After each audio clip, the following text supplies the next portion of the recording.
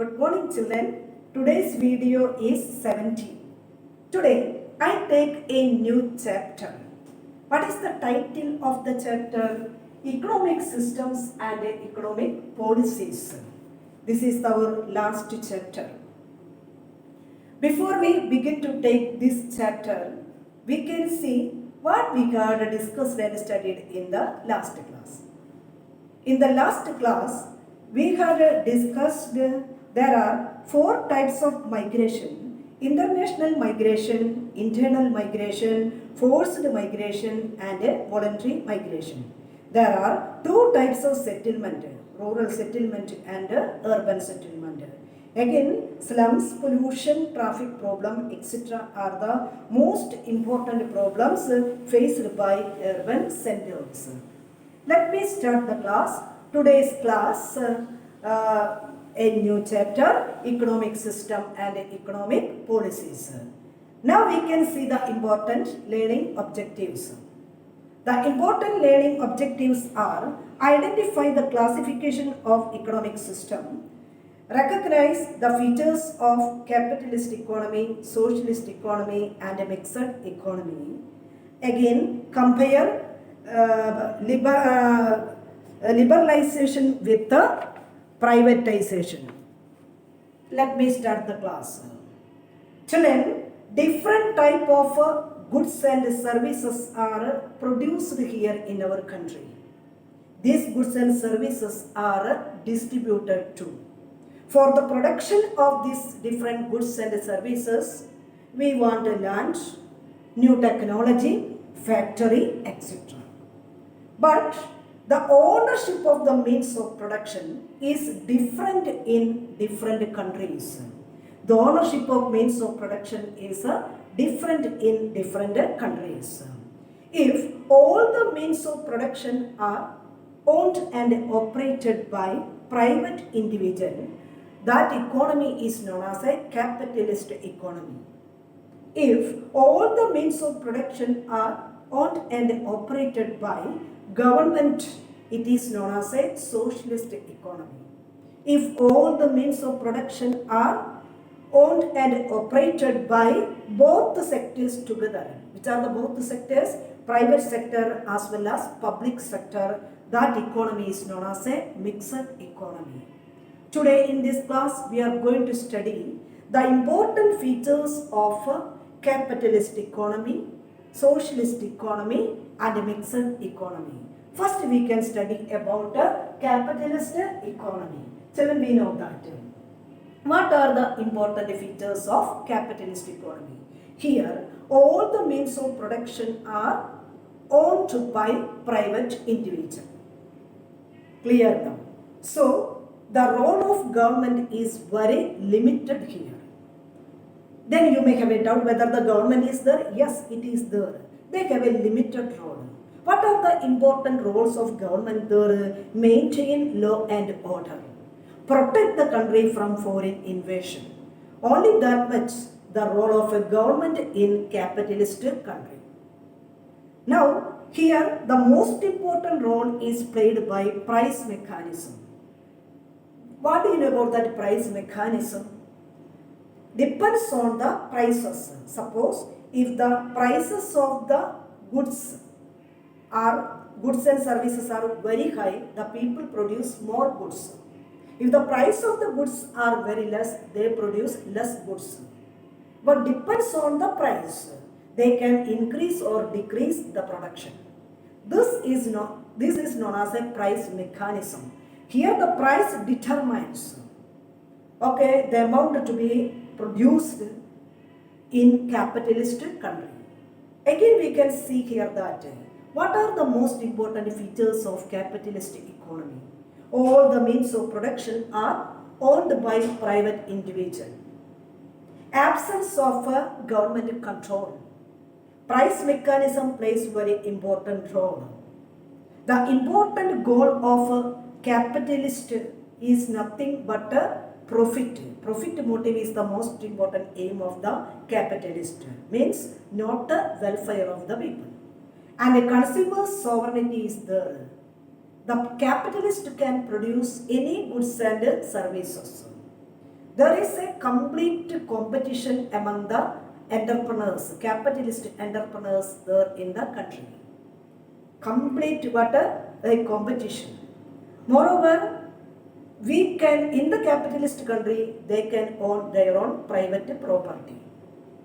Again, they have a complete freedom there. The capitalist has a complete freedom there. Government role, okay, the government role in the case of the determination of the price and all very limited. They do not have a role. I told you, price mechanism plays very important role. Again, in the capitalist country, they have a right to transfer their wealth to legal heirs. All these are the most important features of a capitalist economy. Again, we can study here that it has its own demerits too. These are the peculiarities, because consumer sovereignty, producer sovereignty means what, everything is there, but it has its own limitations too. What are the most important limitations? I told you already, they can own their own private property. They can transfer their private property to their legal heir. As a result of it, what will happen there? Mainly happen there, concentration of wealth in the hands of a few people. Concentration of wealth in the hands of a few people. Is it clear? It creates economic inequality in capitalist country. It creates economic inequality. Rich will become richer, poor will become poor, more poorer. That's only the problem faced by the capitalist country. Now we have seen the merits, demerits, features. Children, next we can study about the next system is known as what? Socialist economy. Okay children, what is about that socialist economy? Here, all the means of production are owned and operated by government. Here, absence of private property, absence of consumer sovereignty, everything is under the control of a government. But there is economic equality there. There is economic equality there, because the aim of the government is none other than the welfare of the people. The government provides everything for the welfare of the people, but consumer sovereignty is not there. Okay, then there is no role for price mechanism. Price is predetermined. Price is predetermined. The goods and services required for the people is calculated first. Then do the production on the basis of the requirements. That is taking place there in a socialist economy. That is mainly taking place there in socialist economy. Because I told you already, the role of the government is to provide maximum welfare to the people. Maximum welfare to the people. But consumer's choice may not be there. No private property. No chances for transfer the property to legal heir. Okay, government through their centralized planning does everything there. That's only the most important peculiarities of socialism. Children, again we can study here that socialist economy is also not free from limitations. They too have their own limitations. What are the most important limitations of socialist economy? There is no consumer's choice. There is no consumer's choice. Clear now? So, we cannot choose any product there. What is provided by the government, that we have to choose. That is the most important demerit of socialism. And again we know that here the public sector investment potential or government investment potential is very less. Next important defect. Investment potential of the government is very less. Next important defect of socialism. Clear now. And the third important demerits are there. The people are less likely to do the hard working, because everyone is getting according to their need. So the people may not be very hard working. These are the most important demerits of socialism. Now we can study the important features of a mixed economy. Children, I told you, Mixed economy means all the means of production are owned and operated by both the sectors together. Means private sector as well as private sector, public sector as well as private sector. Here they also based on centralized planning. Centralized planning. Socialism is also based on centralized planning. Clear now? Here also the important aim is nothing but the welfare of the people. Here the production is done by public sector as well as private sector. Both sectors are there in order to overcome the demerits of capitalism and socialism by taking only the merits of capitalism and socialism. They introduced a new economic system that is known as a mixed economy, taking the best from capitalism, taking the best from socialism, and they started their mixed economy. So private sector is there, consumer's choice is there, economic equality they are trying to maintain to some extent. Clear? Centralized planning is there. Aim is welfare of the people. All these are the most important features of that mixed economy.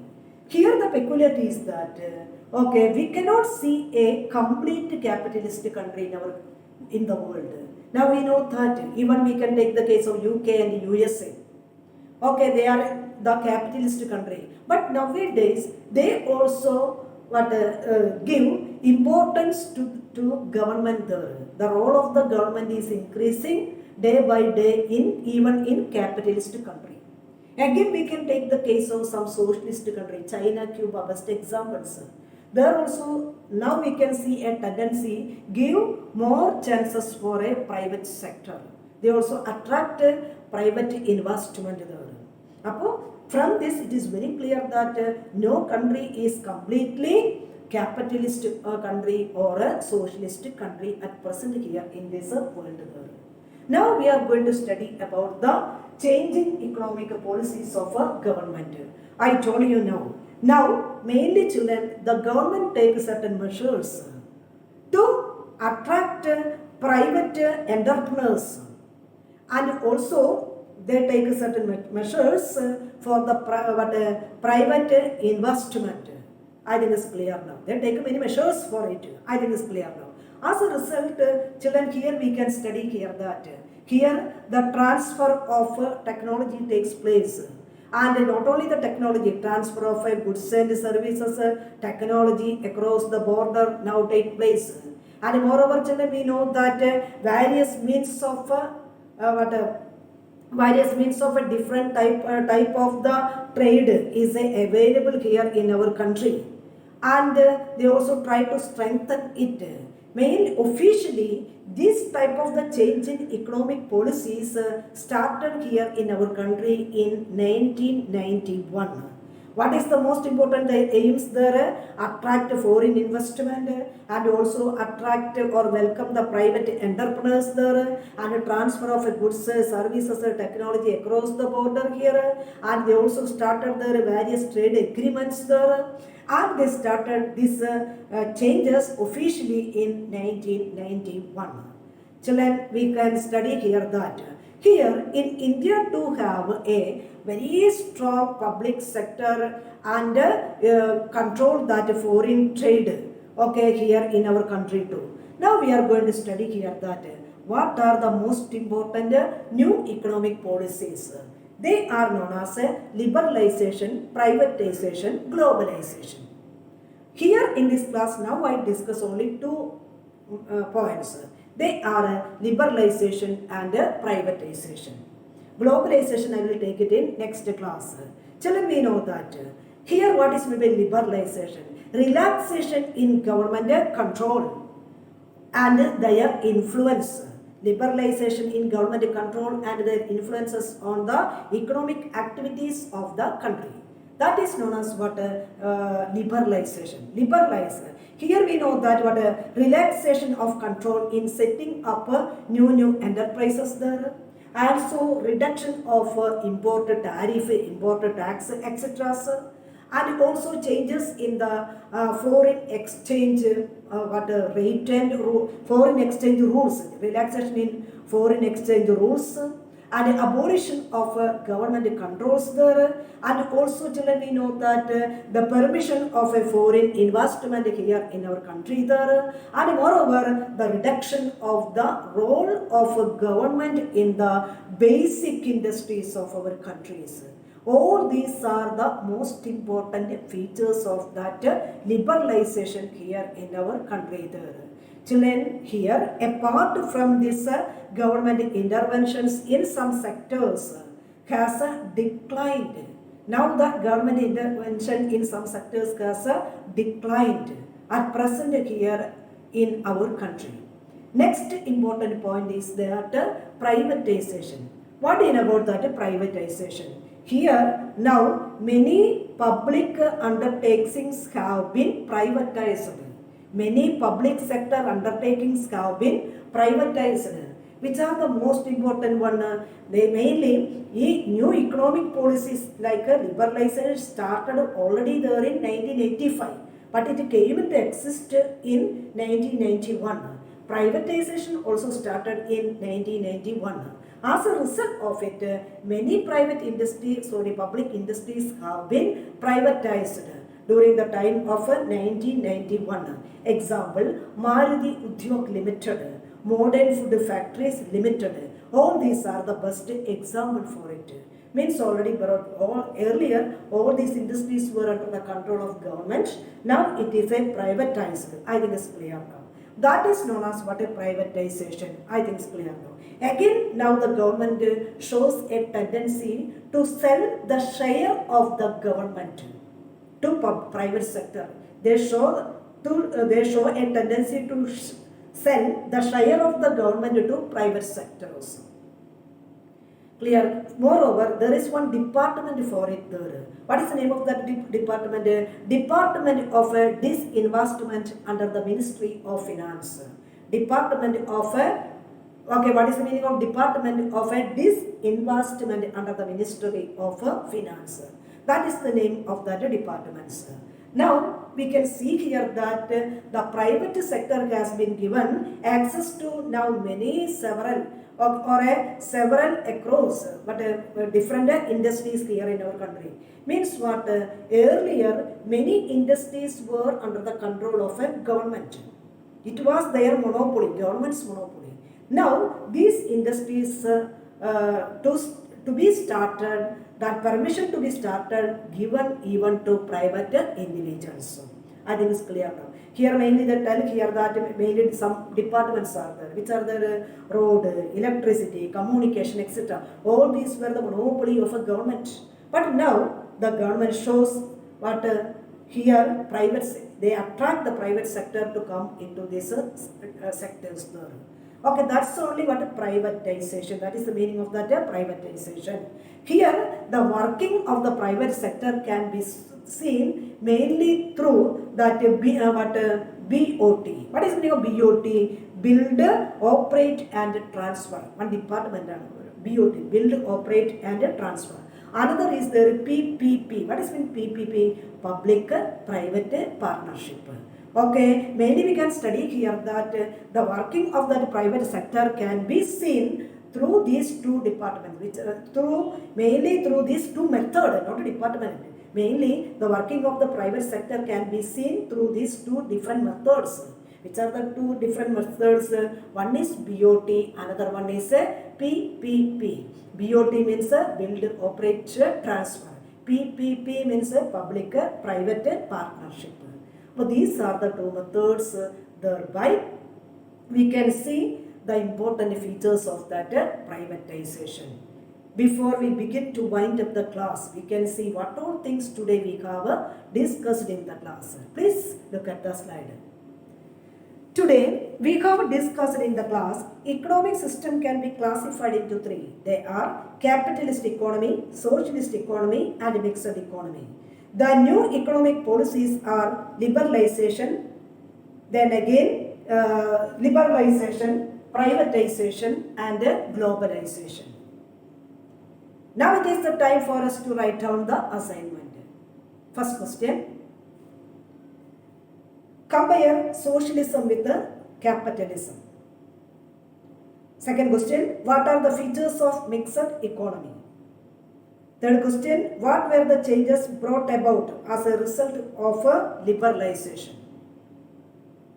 That's all for today. Thank you. Have a nice day.